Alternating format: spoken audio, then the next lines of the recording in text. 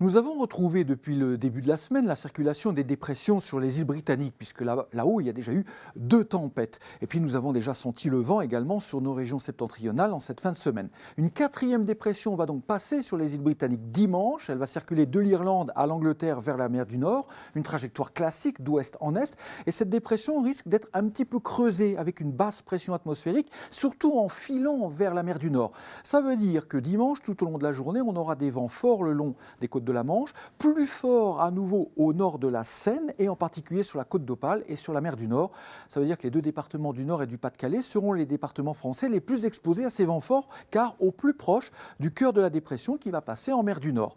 On risque d'avoir des rafales entre 80 et 100 km/h dans les terres au nord de la Somme et 100 voire 110 en pointe vers les 2 caps, le cap Griné et Blanc-Nez. Donc on va frôler le seuil de la tempête, mais plus généralement dans les terres, il s'agira tout simplement d'un coup de vent, mais ce sera quand même le premier coup de vent significatif de cette saison automnale.